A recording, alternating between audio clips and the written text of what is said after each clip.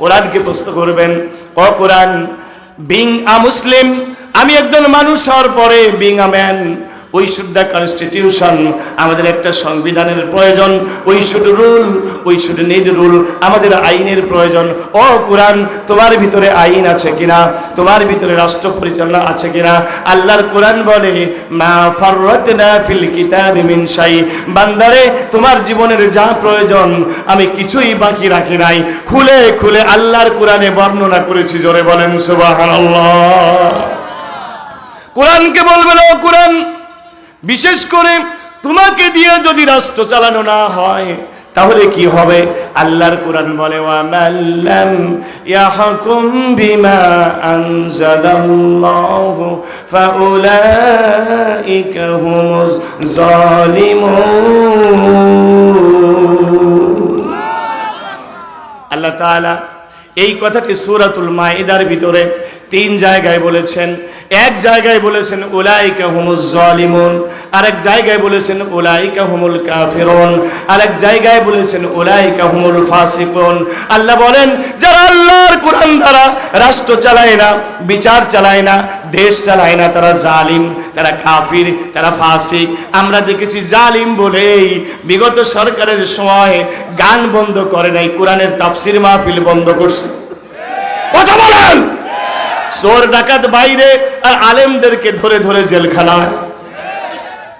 আজকে বড় বড় আজকে সন্ত্রাসীরা বাইরে, কিন্তু আল্লামা সাইদি 13টা বছর কারাগারের জেলখানায় পুষলো। কথা বলেন না ঠিক কিনা? আল্লাহ বলেছেন, যারা কোরআন দ্বারা রাষ্ট্র চালায় না, দেশ চালায় না, ওরা জালিম, ওরা ফাসিক, ওরা কাফির।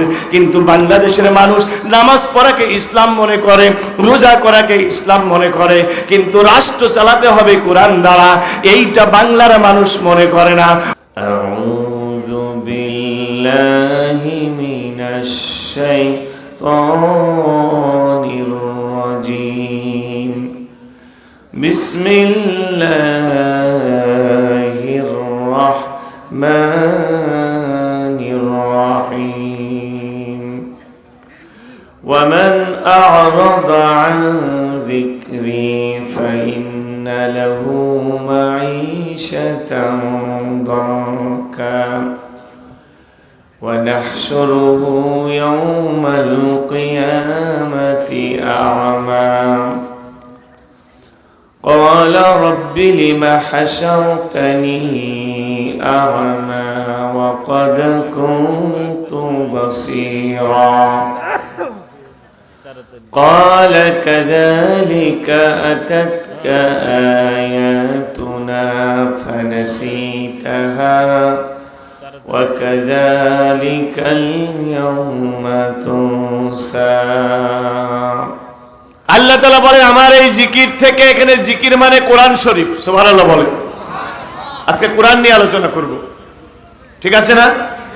কারণ মাহফিলটা কোরআনের মাদ্রাসা, ঠিক কি না? আল্লাহ তাআলা বলেন, আমার এই কোরআন থেকে যারা মুখ ফিরিয়ে নেবে, কোরআনকে রেখে যারা চলে যাবে, কোরআনকে দেখে যারা মুখ ফিরিয়ে নেবে, ফাইন্না লাহু মাঈশাতান দানকা, তাদের জন্য রয়েছে পৃথিবীতে সংকীর্ণ জীবন। কেমন জীবন বলেন? আরেকটু জোরে বলেন, একটু জবাব দিবেন ভাই। কেমন জীবন বলেন? সংকীর্ণ, কষ্টের জীবন।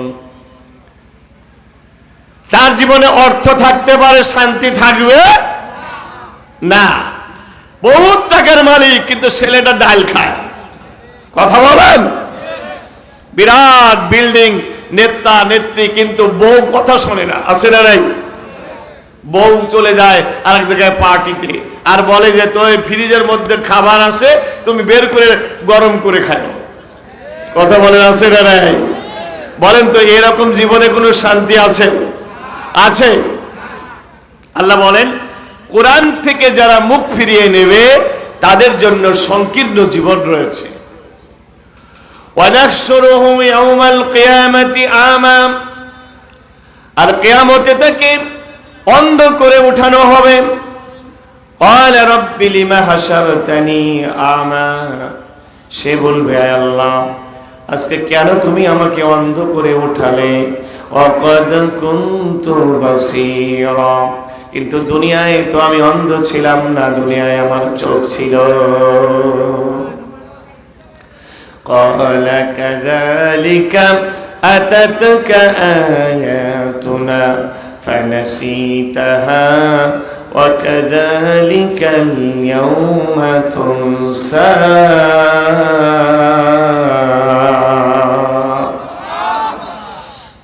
আল্লাহ বলবেন কাযালিকা আতাতকা আয়াতুনা, এমনি করে তোমার কাছে আমার আয়াত, আমার কোরআন শরীফ এসেছিল।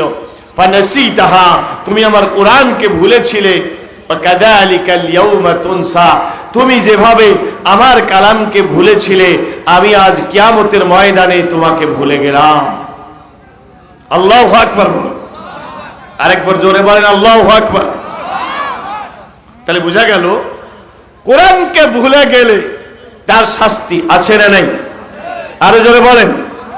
আর কোরআনকে যদি কেউ আঁকড়ে ধরে তাহলে তার কি হবে? রাসূল করিম সাল্লাল্লাহু আলাইহি ওয়াসাল্লাম বলেন, ওয়াল কুরআনু হুজ্জাতুন লাকা আও আলাইকা, কিয়ামতে কোরআন তোমার পক্ষেও সাক্ষী দিতে পারে, বিপক্ষেও সাক্ষী দিতে পারে।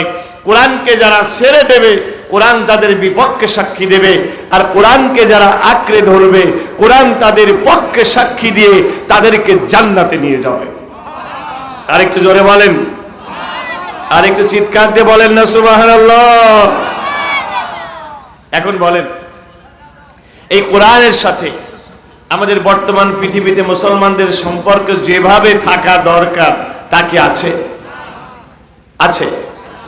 বেশিরভাগ মুসলমানেরা আজ কোরআন পড়তে জানে না, যাও বা পড়তে পারে কেউ, শুধুমাত্র কোন রকমের পড়াটা জানে, অর্থ পড়ে না।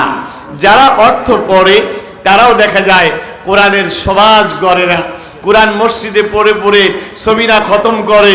কিন্তু আল্লাহ যে বলেছেন কালিমাতুল্লাহি হুয়াল উলিয়া, আল্লাহর কোরআন থাকবে সবার উপরে।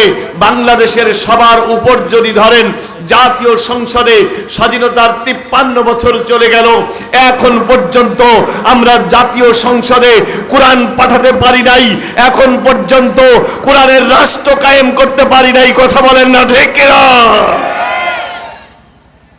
কথা বলে। কোরআনের রাষ্ট্র কায়েম করার দরকার আছে না নাই? কোরআনের বিচার কি আমাদের সমাজে আছে? হ্যাঁ, কোরআনের বিচার নাই বলেই মাতব্বরের ছেলে চুরি করলে তার বিচার হয় না। কথা বলেন। কোরআনের বিচার নাই বলে সমাজের চেয়ারম্যানের ছেলে ধর্ষণ করলে ওর ঠিক মতো শাস্তি হয় না। ঠিক কি বলেন? তাহলে কোরআনের প্রতি আমাদের যে হক ছিল, এই হক কি আমরা আদায় করতে পারছি? আল্লাহ কোরআন শরীফের মধ্যে বলেন, ওয়াল কুরআনু শাফিউন লাকা আও আলাইকা, হাদিসে এসেছে কোরআন তোমার পক্ষেও সাক্ষী দিতে পারে, বিপক্ষেও সাক্ষী দিতে পারে। এখন আমরা আজকের এই আলোচনায় নিজেদের দিয়ে যাচাই করব, বিচার করব, আমাদের পক্ষে কোরআন সাক্ষী দেবে না বিপক্ষে সাক্ষী দেবে। এটাই হবে আজকের আলোচনা। আমাদের উপরে আল কোরআনের হক হচ্ছে 8টি। কয়টি বলেন? এই 8টি পয়েন্টের উপরে আলোচনা করব সংক্ষিপ্ত পরিসরে। রাত্রি গভীর হয়ে গেছে, এজন্য আপনাদের আলোচনা দীর্ঘদিন সময় মনোযোগ আসবে না, এটাই স্বাভাবিক। সংক্ষিপ্ত পরিসরে 8টা পয়েন্ট কথা বলবো। 1 নম্বর, আমাদের প্রতি কোরআনের প্রথম হক হচ্ছে কোরআনের প্রতি আমাদের ঈমান আনা লাগবে। এই কোরআনটা কার বাণী? আরেকটু জোরে বলেন। নাকি রাসূলের বানানো? আল্লাহ তাআলা বলেন, ওয়ামা ইয়ানতিকু আনিল হাওয়া ইন হুয়া ইল্লা ওয়াহিয়ুন ইউহা।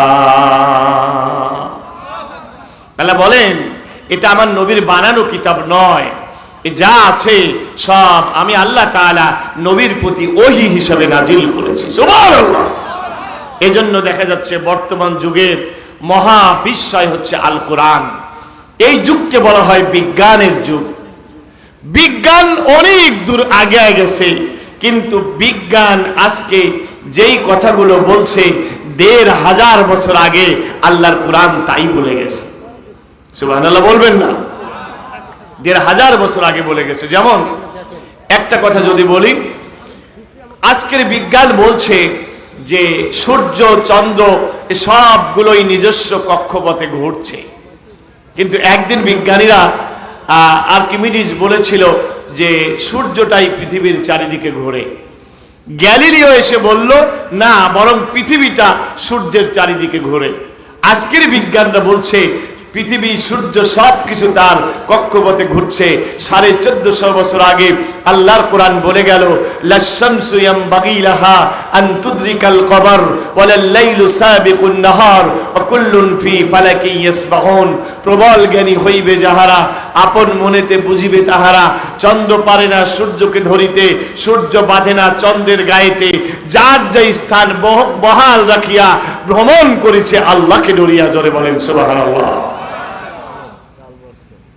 তাহলে আজকের বিজ্ঞান যা বলছে আল্লাহর কোরআন 1500 বছর আগেই বলে গেল। আজকের বিজ্ঞান বলছে প্রত্যেকটা জিনিসের সৃষ্টি হয়েছে পানির থেকে। আল্লাহ কোরআনে সূরা আম্বিয়ার ভিতরে বলছে, ওয়াখালাকনা কুল্লা শাইইন হাইয়্যিম মিন মা, আমি প্রত্যেকটা জীবন্ত বস্তুকে সৃষ্টি করেছি পানির থেকে। সুবহানাল্লাহ। আজকের বিজ্ঞান বলছে নেগেটিভ পজিটিভের কথা, প্রতিটা জিনিসের ভিতরে নেগেটিভ পজিটিভ আছে, এই কথা আল্লাহ তাআলা সূরা ইয়াসিনের ভিতরে বলছে। আজকের বিজ্ঞানের latest theory big bang theory. Big bang theory মানে মহাকাশ একদিন ছিল একটা গোলক বস্তু, কঠিন বস্তু, সেখান থেকে প্রচন্ড বিস্ফোরণের মাধ্যমে এ মহাকাশ ছিটকে পড়লো, গ্রহ নক্ষত্রগুলো ছড়িয়ে গেল এবং এগুলো সম্প্রসারিত হতেই চলেছে। এই কথা আল্লাহ তাআলা সূরাতুল আম্বিয়ার 7 নম্বর আয়াতে বলছেন। 107 নম্বর আয়াতে বলছেন, আওয়ালাম ইয়ারাল্লাযীনা কাফারু আন্নাস সামাওয়াতি ওয়াল আরদা কানাতা রাতাকান ফাফাতাকনাহুমা। কাফিররা কি চিন্তা করে দেখে না এই আসমান আর জমিন সব একদিন ছিল একটি জমাট বস্তু, আমি আল্লাহ এগুলোকে ফাটিয়ে দিলাম। সুতরাং আজকের বিজ্ঞান যা বলছে 1450 বছর আগে আল্লাহর কোরআন তাই বলে গেছে। সুতরাং বলেন তো এই বাণীটা মানুষের বানানো নাকি আল্লাহ? আরেকটু জোরে বলেন কার? চিৎকার দিয়ে বলেন কার? সুতরাং কোরআনের প্রতি আমাদের ঈমান আছে না নাই? আরো জোরে বলেন। সম্মানিত ভাইরা, আল্লাহ রাব্বুল আলামিন 1500 বছর আগে চ্যালেঞ্জ করে বলে গেলেন, কুল ইন কুনতুম ফি রাইবিম মিম্মা نزلنا على عبدنا فأتوا بسورة من مثله وادعوا شهداءكم من دون الله إن كنتم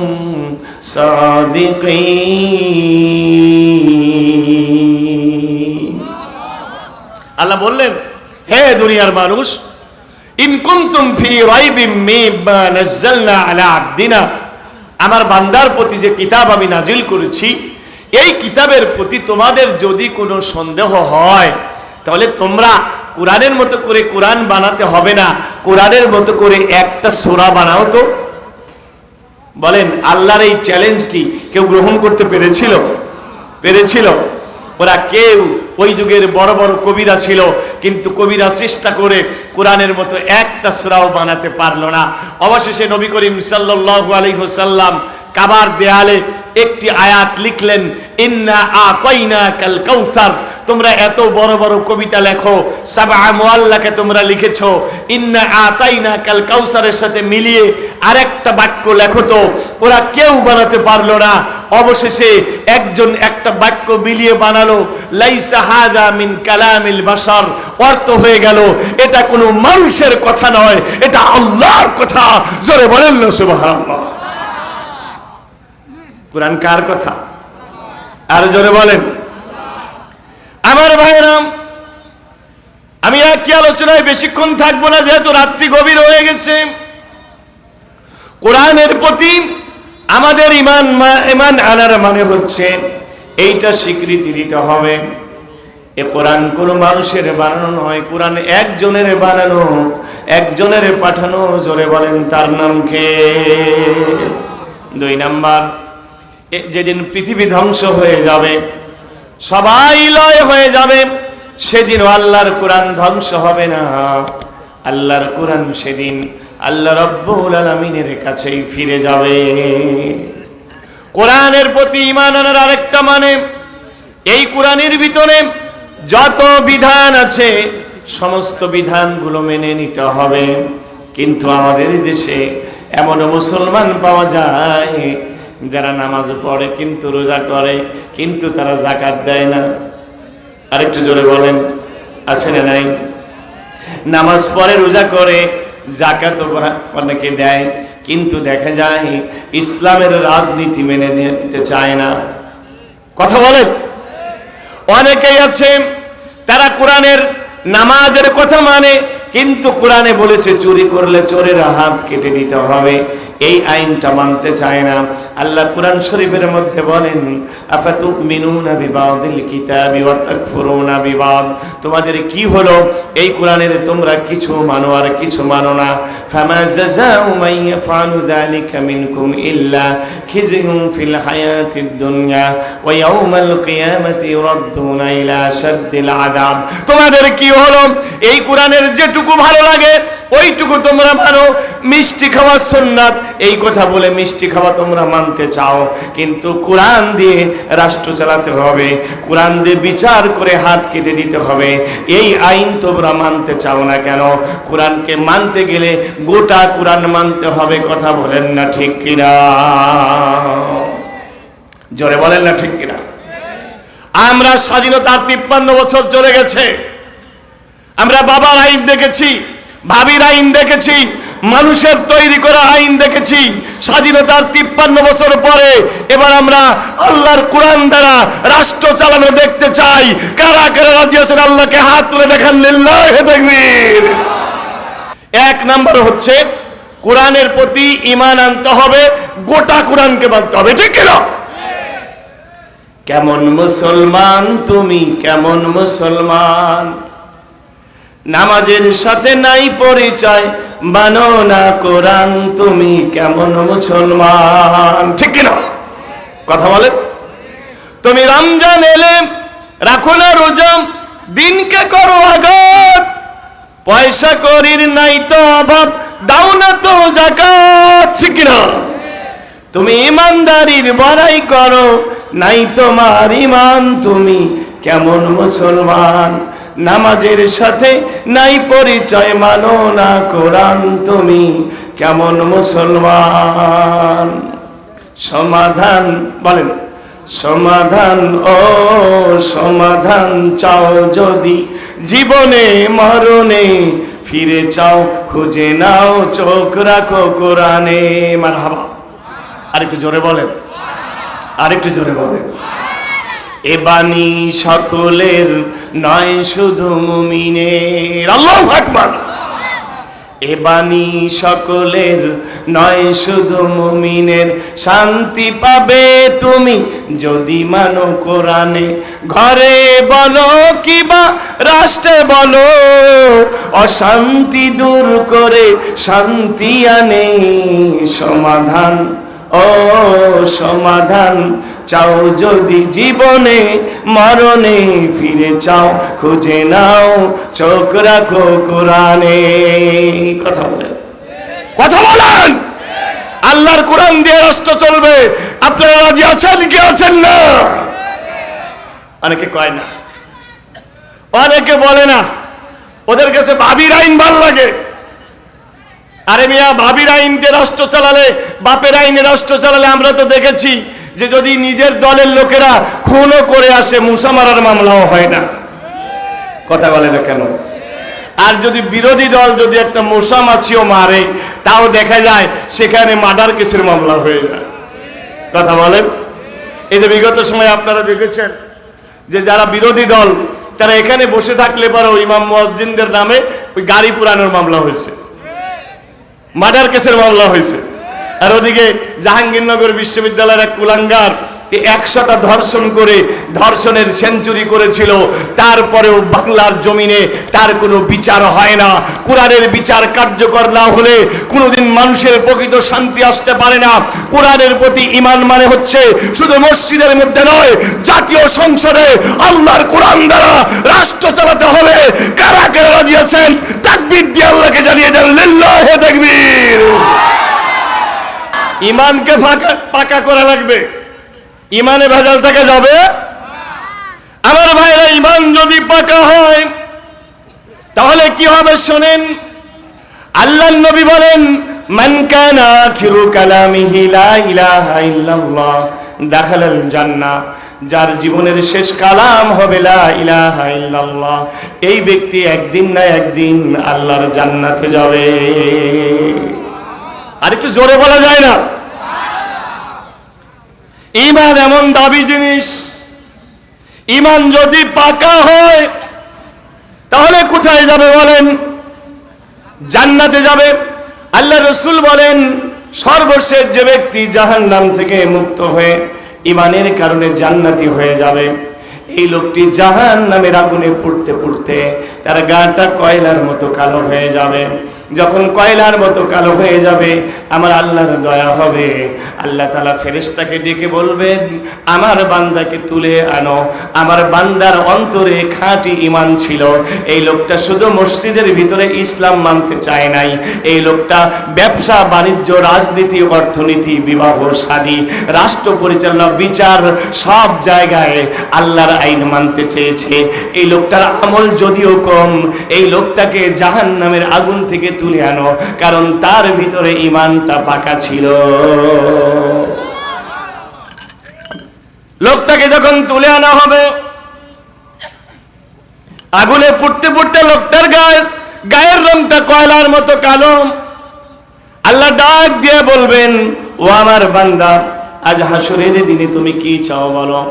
আল্লাহর বান্দা বলবে, রব্বুল আলামিন, আমি তোমার জান্নাতে যেতে চাই। আমার আল্লাহ বলবেন, ও ফেরেশতারা, যাও এই লোকটাকে জান্নাতের ঝর্ণা থেকে গোসল করাও। যেই মাত্র এই লোকটাকে জান্নাতের ঝর্ণা থেকে গোসল করানো হবে, সঙ্গে সঙ্গে তার চেহারাটা পূর্ণিমার চাঁদের চাইতে উজ্জ্বল হয়ে যাবে। এবার আমার আল্লাহ ডাক দিয়ে বলবেন, এ আমার বান্দা, এবার তুমি আমার কাছে কি চাও? আল্লাহর বান্দা বলবে, রব্বুল আলামিন, আমি তোমার জান্নাতে যেতে চাই। আল্লাহ তাআলা ফেরেশতাকে বলবেন, যাও আমার বান্দাকে তার জান্নাতে নিয়ে যাও। লোকটি যখন জান্নাতের বারান্দায় যাবে, জান্নাতের আঙিনায় যাবে, বসে পড়বে। আল্লাহর ফেরেশতা বলবে, ও আল্লাহর বান্দা, বসলা কেন?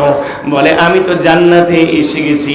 ফেরেশতা বলবে, বান্দারে, তুমি এখনো জান্নাতে আসো নাই, তাকিয়ে দেখো আল্লাহ তোমার জন্য কি বানাইছে, আরো সামনে যাও।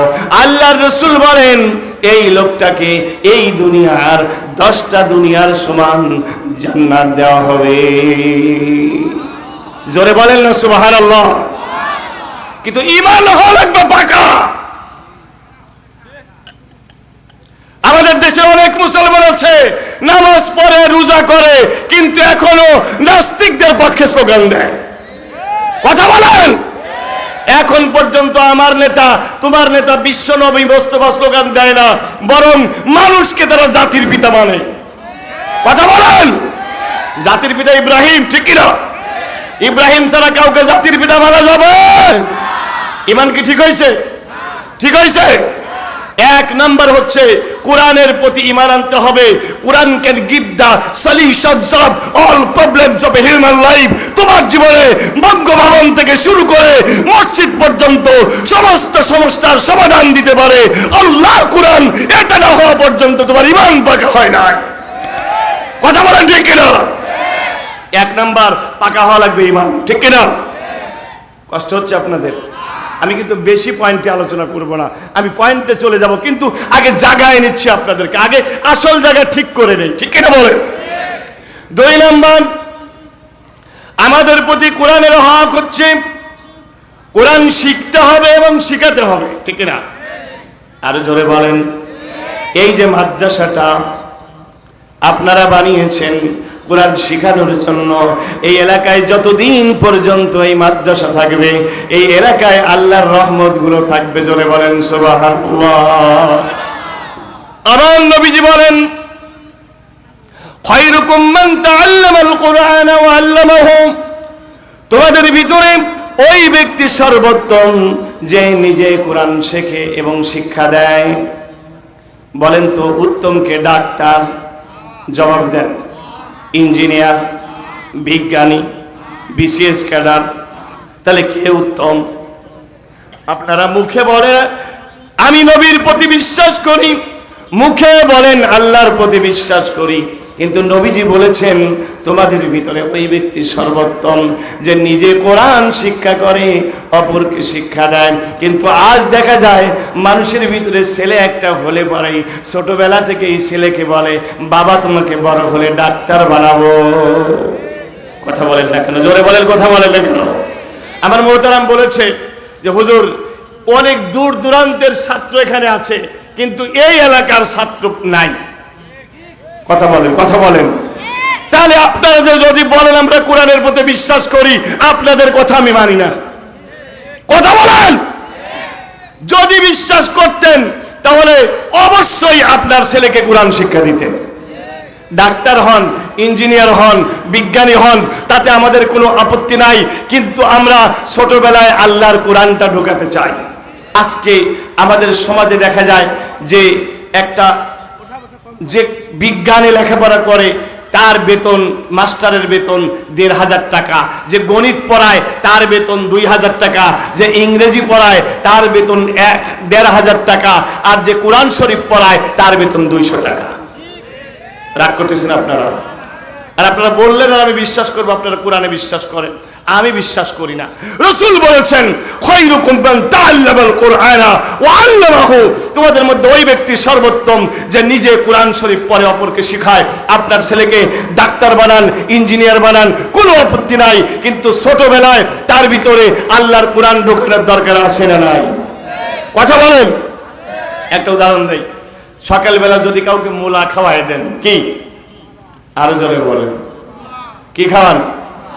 তারপরে যদি সারাদিনে গোশত খাওয়ান, জিলাপি খাওয়ান, বলেন তো ঢেকুর উঠবে কিসের? আরো জোরে বলেন। কেন? সকালবেলা খাইছে মূলা। কথা বলেন। তো ছোটবেলায় যদি তাকে কোরআন শিক্ষা না দিয়ে যদি গানের রবীন্দ্রসঙ্গীতের প্যানপ্যানানি শিক্ষা দেন, বুড়াকালে যায় ও যখন ডাক্তার হবে ও দেখা যাবে না লাগলে পরে ও টেস্ট দেবে। কথা বলেন। তার কাছে কোনো ডেলিভারির রোগী নিয়ে যাবেন, দরকার নাই, তারপরেও সিজার করবে। ইঞ্জিনিয়ার বানালে পরে রডের পরিবর্তে বাঁশ দেবে। আরো জোরে বলেন, কথা ঠিক কিনা? আর ছোটবেলায় যদি তাকে কোরআন শিক্ষা দেন, ডাক্তার হন, ইঞ্জিনিয়ার হন, তারপরে ওই লোকটা কোনোদিন দাঁড়িয়ে প্রসাব করবে না।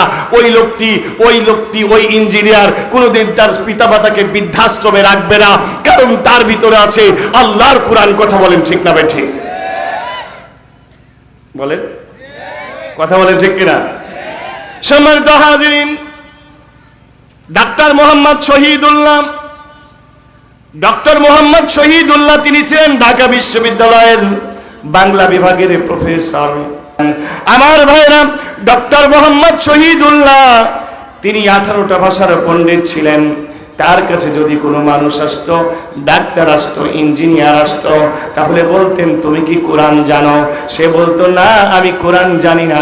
ডক্টর শহীদুল্লাহ বলতেন তুমি ডাক্তার, তুমি ইঞ্জিনিয়ার, তুমি পণ্ডিত, তবে তোমার নামের আগে আরেকটা শব্দ যুক্ত করতে হবে, সেটা হচ্ছে মূর্খ। তুমি মূর্খ পণ্ডিত, কারণ যেই লোকটা কোরআন জানে না ও কোনোদিন জ্ঞানী হতে পারে না। এটা তো ডাক্তার মোহাম্মদ শহীদুল্লাহর কথা না, এটা রাসূলের কথা। রাসূল বলেন ইন্নাল্লাযী লাইসা ফি জাওফিহি শাইউম মিনাল কুরআন কাল বাইতিল খরিব, যেই দেহের ভিতরে কোরআনের জ্ঞান নাই এই দেহ একটা বিরান বাড়ি, উজাড় বাড়ি। দেখেন রাসূলুল্লাহর দৃষ্টান্তটা কত সুন্দর। বিরান বাড়ি, পুরা বাড়ি, সারা বাড়ি। এই দৃষ্টান্ত কেন দিলেন? কারণ পুরা বাড়ি, বিরান বাড়িতে মানুষ থাকে না, থাকে হিংস্র জন্তু, জানোয়ার। ঠিক কিনা বলেন? জোরে বলেন। সাপ থাকে, বেজি থাকে, আর কি থাকে? বিড়াল থাকে, শিয়াল থাকে, সিগাল থাকে। রাসূল বললেন যেই দেহের ভিতরে সব আছে কোরআন নাই, ওই দেহের ভিতরে হিংস্র জন্তু জানোয়ার বাস করে। এই জন্যই তো আজকে আমরা বিশ্ববিদ্যালয়ে দেখি, বিশ্ববিদ্যালয়ের একটা শিক্ষক তার শিক্ষককে মাথায়, ছাত্র তার শিক্ষককে চড় মারে। কথা বলেন ঠিক কিনা? আমরা দেখি বিশ্ববিদ্যালয়ের একটা শিক্ষককে লাঞ্ছিত করে তার ছাত্র। আমরা দেখি বিশ্ববিদ্যালয়ের ছাত্ররা ধর্ষণ করে, ধর্ষণের সেঞ্চুরির পার্টি করে। তাদের ভিতরে সব জ্ঞান আছে, কোরআনের জ্ঞান নাই। কিন্তু মাদ্রাসায় গেলে দেখবেন সেখানে ছাত্র তার উস্তাদের পায়ে পানি ঢেলে হাত দিয়ে পা পরিষ্কার করে দেয়, কারণ তার ভিতরে কোরআনের জ্ঞান আছে। জোরে বলেন আল্লাহু আকবার। আর জোরে বলবেন আল্লাহু আকবার। আপনি যান বৃদ্ধাশ্রমে, যান, সেখানে গিয়ে দেখবেন আপনি সেখানে ডাক্তারের মাকে পাবেন, ইঞ্জিনিয়ারের মাকে পাবেন, বিজ্ঞানীর মাকে পাবেন। আল্লাহি আমি চ্যালেঞ্জ দিয়ে বলি, কোন বৃদ্ধাশ্রমে একটা হাফেজের মাকে পাবেন না, আলেমের মাকে পাবেন না। কারণ ছোটবেলায় হাফেজ আলেম শিখেছে মায়ের পায়ের তলে আল্লাহর জান্নাত। সুবহানাল্লাহ বলবেন না? আর জোরে বলবেন না সুবহানাল্লাহ? এই জন্য কোরআনের প্রতি আমাদের 2 নাম্বার হক হচ্ছে কোরআন শিখতে হবে। এই শিখার আবার কয়েকটা স্তর আছে। 1 নাম্বারে তেলাওয়াত শিখতে হবে। বলেন তো কোরআন তেলাওয়াত শিখলে সওয়াব আছে না নাই? আল্লাহ রাসূল বলেন মান ক্বারা হারফাম মিন কিতাবিল্লাহি ফালাহু হাসানা ওয়াল হাসানাতু বিআশরি আমসালিহা। আল্লাহর নবী বলেন যে ব্যক্তি কোরআনের একটি অক্ষর পড়বে তার আমলনামায় 10টি নেকি জমা হয়ে যাবে। রাসূল বলেন ওয়ালা আকুলু আলিফ লাম মিম হারফুন বাল আলিফুন হারফুন ওয়া লামুন হারফুন ওয়া মিমুন হারফুন। আমি একথা বলি না আলিফ লাম মিম একটি অক্ষর, বরং আলিফ একটা অক্ষর, লাম একটা অক্ষর, মিম একটা অক্ষর। যে ব্যক্তি আলিফ লাম মিম পড়বে তার আমলনামায় 30টি নেকি লেখা হয়ে যায়। এখন বলেন তো মুরব্বি যারা, আপনাদের কোরআন শেখার দরকার আছে না নাই? অনেকে বলবেন হুজুর বুড়াকালে আর কেমনে শিখব, হাবা কতি বাবা আসে, বলে কিনা বলেন? আমি বলি এই জন্য আপনাদের জন্য ডাবল সওয়াব। সুবহানাল্লাহ বলা যাচ্ছে না? সুবহানাল্লাহ আরেকটু আস্তে বলেন, আরেকটু জোরে বলেন। যারা বুড়াকালে কষ্ট করে কোরআন শিখবে তাদের জন্য সওয়াব ডাবল। সওয়াব কি? আমার কথা কে বলেছেন? রাসূল বলেছেন। আল্লাহর নবী বলেন মাই ইয়াকরাউল কুরআনা ওয়া হুয়া মাহিরুম বিহি কানা মা'আস সাফারাতিল কিরামিন বারারা। আল্লাহর রাসূল বলেন যে ব্যক্তি কোরআন সুন্দর করে তেলাওয়াত করে সে বড় বড় ফেরেশতাদের সঙ্গে জান্নাতে থাকবে। আর রাসূল বলেন ওয়া মান ইয়াকরাউল কুরআনা ওয়া হুয়া আলাইহি শাদ্দুন ওয়া ইয়াতাআতাউ বিহি। আর যে ব্যক্তি কোরআন পড়ে কিন্তু পড়তে তার বড়ই কষ্ট হয়, থেমে থেমে পড়ে, একটা শব্দ পড়তে তার লাগে 1 মিনিট 1.5 মিনিট। আল্লাহর রাসূল বলেন ফালাহু আজরান, এই লোকটার জন্য ডাবল পুরস্কার লেখা হয়ে যায়। একটা হচ্ছে পড়ার জন্য আর একটা কষ্ট করার জন্য। সুবহানাল্লাহ বলেন। প্রিয় ভাইরা, তাহলে জানলাম কোরআন পড়তে হবে। 2 নাম্বার কোরআনকে মুখস্থ করতে হবে। রাসূল বলেন কিয়ামতের ময়দানে কোরআন যারা মুখস্থ করেছে তাদেরকে বলা হবে ইকরা ওয়ারতাকি। ও আল্লাহর বান্দা তুমি কোরআন পড়ো আর জান্নাতের সিঁড়ি দিয়ে উপরের দিকে উঠতে থাকো। রাসূল বলেন ফা ইন্না মানজিলাতাকা ফি আখিরি আয়াতিন তাকরাউহা। সেদিন ফেরেশতারা বলবে তুমি পড়তে পড়তে যেই জায়গায় গিয়ে থামবে জান্নাতের ওই জায়গায় তোমার জায়গা হবে। কাজেই হাফেজে কোরআন 30 পারা কোরআন যারা মুখস্থ করেছে তারা 6066 তলায় জান্নাতে থাকবে। আরেকটু জোরে বলেন না ভাই সুবহানাল্লাহ। আপনাদের কোরআন মুখস্থ করার দরকার আছে না নেই? আপনাদের আছে।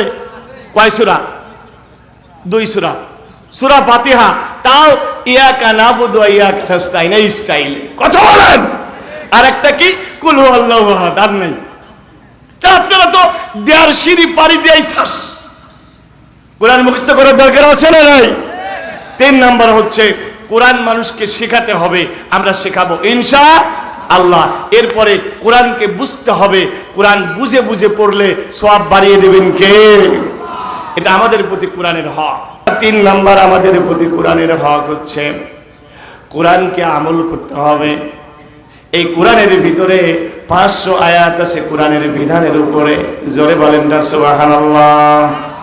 তার ভিতরে একটা আমল আছে, সুদ খাওয়া কি যাবে? আসতে বলেন। আমাদের দেশে সুদখোর মুসল্লি আছে না নাই? কম না বেশি? সুদ খাওয়ার মানুষ আছে না নাই? সুদ দেওয়ার মানুষ আছে না নাই? আরো জোরে বলেন।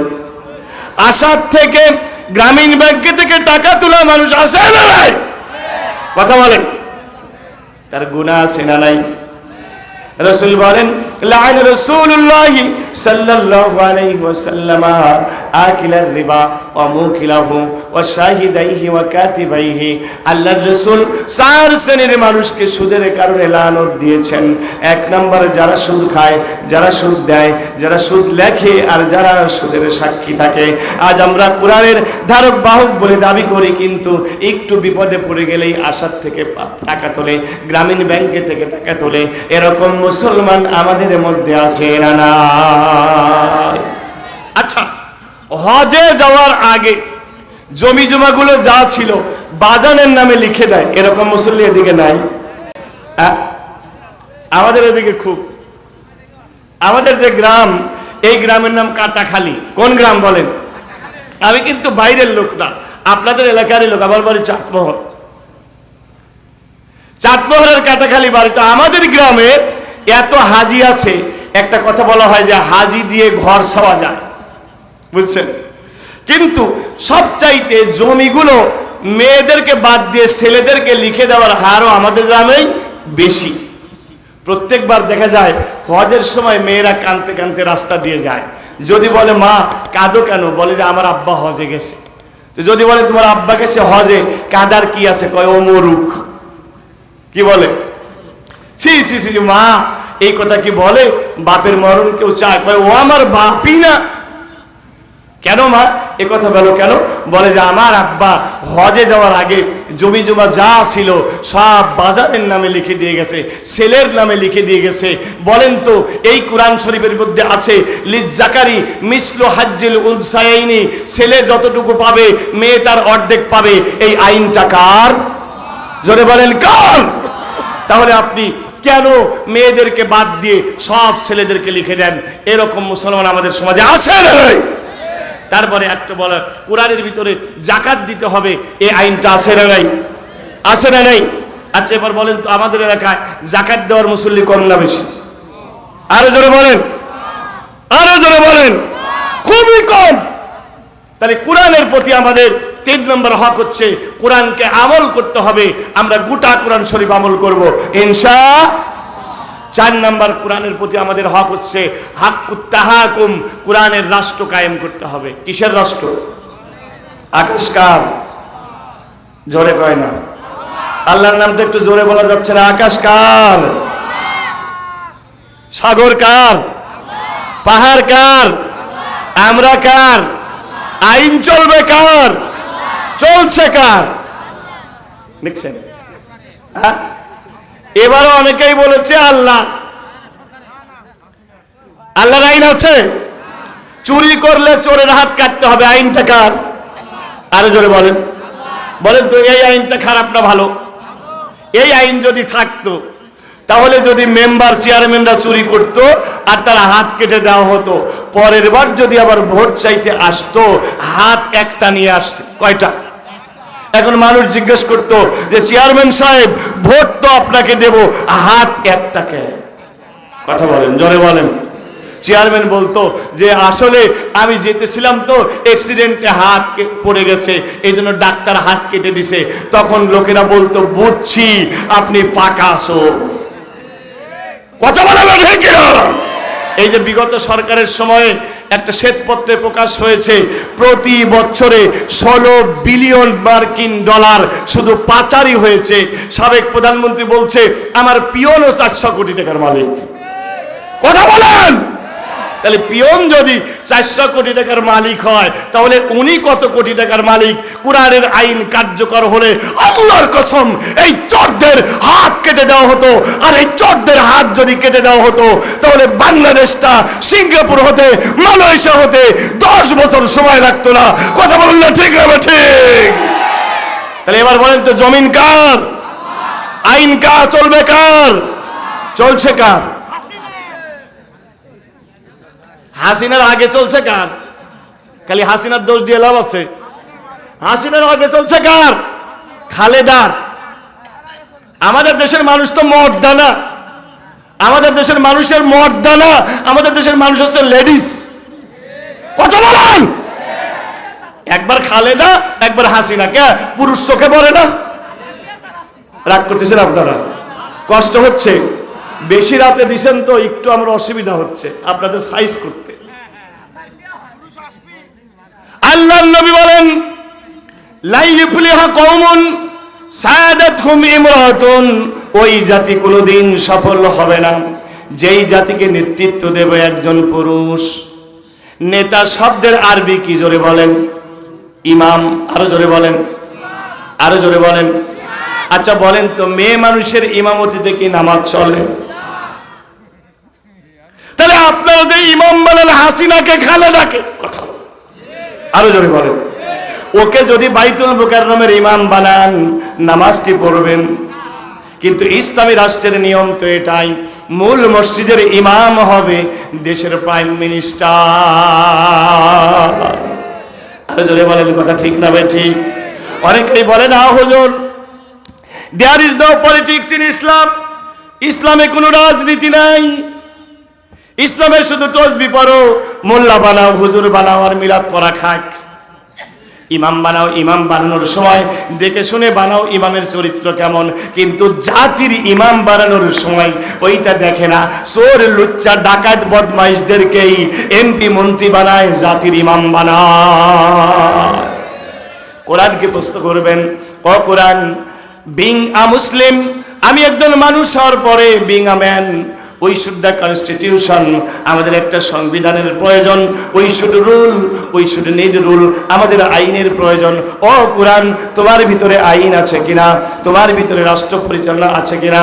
আল্লাহর কোরআন বলে, মা ফাররাতনা ফিল কিতাবি মিন শাই, বান্দারে তোমার জীবনের যা প্রয়োজন আমি কিছুই বাকি রাখি নাই।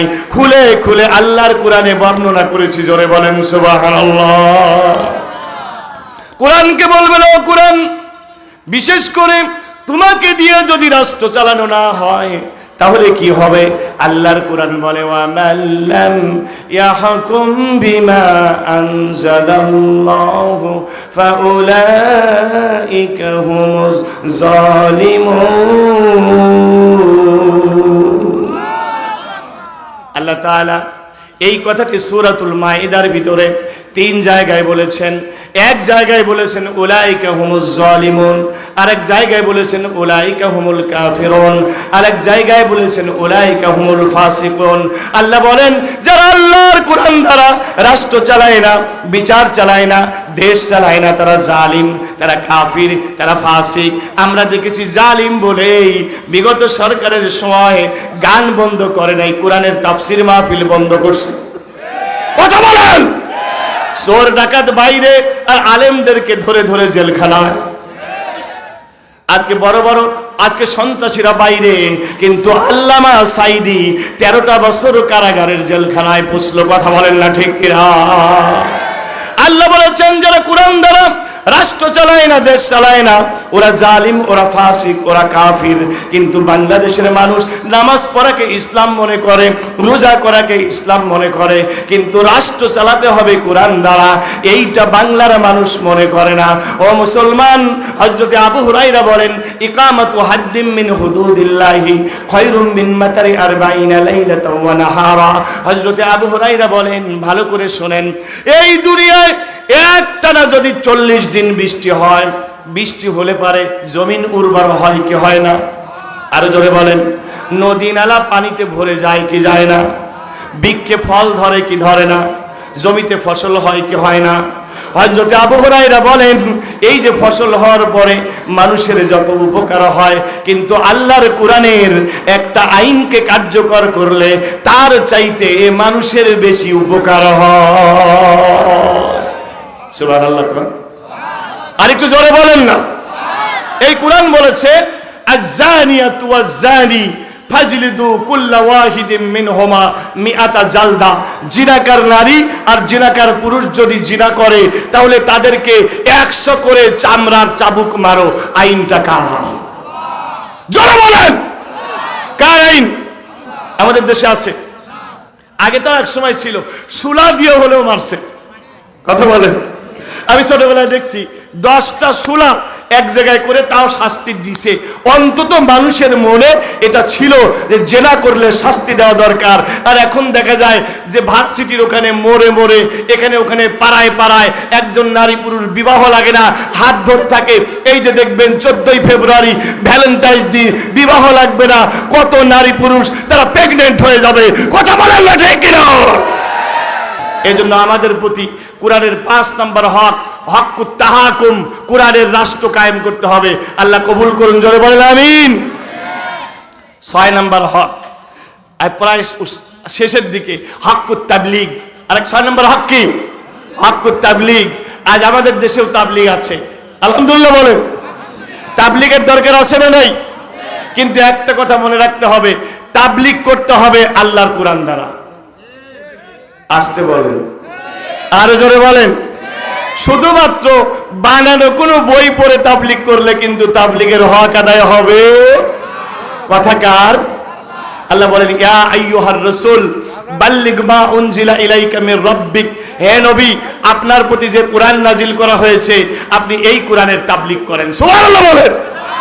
আজকে অনেক পীর সাহেবের দরবারে গেলে দেখবেন জিকির দেবে, তসবিহ দেবে, ওজিফা দেবে, কিন্তু কোরআন শরীফ তুলে দেয় না। যেই পীর কোরআন তুলে দেয় না ওই পীর খাঁটি পীর হতে পারে না। কারণ আমার নবী মানুষকে সংশোধন করেছিলেন আল্লাহর কোরআন দ্বারা। কথা বলেন না ঠিক কিনা? তাকলিফ হবে কোরআন দ্বারা। সময় কম। 7 নম্বর হচ্ছে কোরআনের শেফা, হাক্কুস শেফা। কোরআন দ্বারা আমাদের শেফা নিতে হবে, কোরআন দ্বারা চিকিৎসা করতে হবে। সুবহানাল্লাহ।